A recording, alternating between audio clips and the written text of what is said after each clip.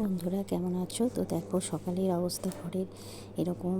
আর ঘর একদম অগোছালো, জামা কাপড় বিছানা। এটা আমার সেলাইয়ের মেশিন, তো সেলাই মেশিনের ওপরে দেখো কত কিছু চাপানো আছে। এমনকি হরলিক্স খেয়ে ছেলে গ্লাসটা পর্যন্ত চাপিয়ে রেখেছে। তো এগুলো সব গোছাতে হবে। ছেলে পড়তে যাওয়ার জন্য রেডি হচ্ছে। চলো তারপরে বিছানা সব গুছিয়ে তারপরে আসবো।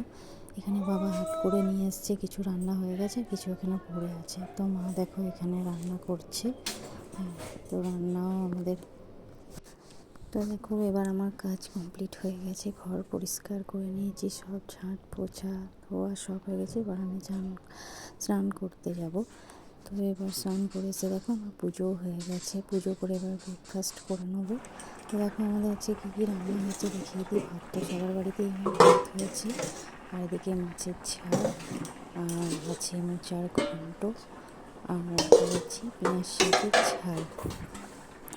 তো এখনও রান্না হচ্ছে, ছেলে এসব তো কিছুই খাবে না, তার জন্য আবার একটু বাসমতি চালের ভাত বসিয়েছি, যেটা একটু ফ্রাইড রাইস আর ডিমের কারি করে দেবো। তো চলো এখন করে নিই, আবার পরে দেখা হচ্ছে। বাই।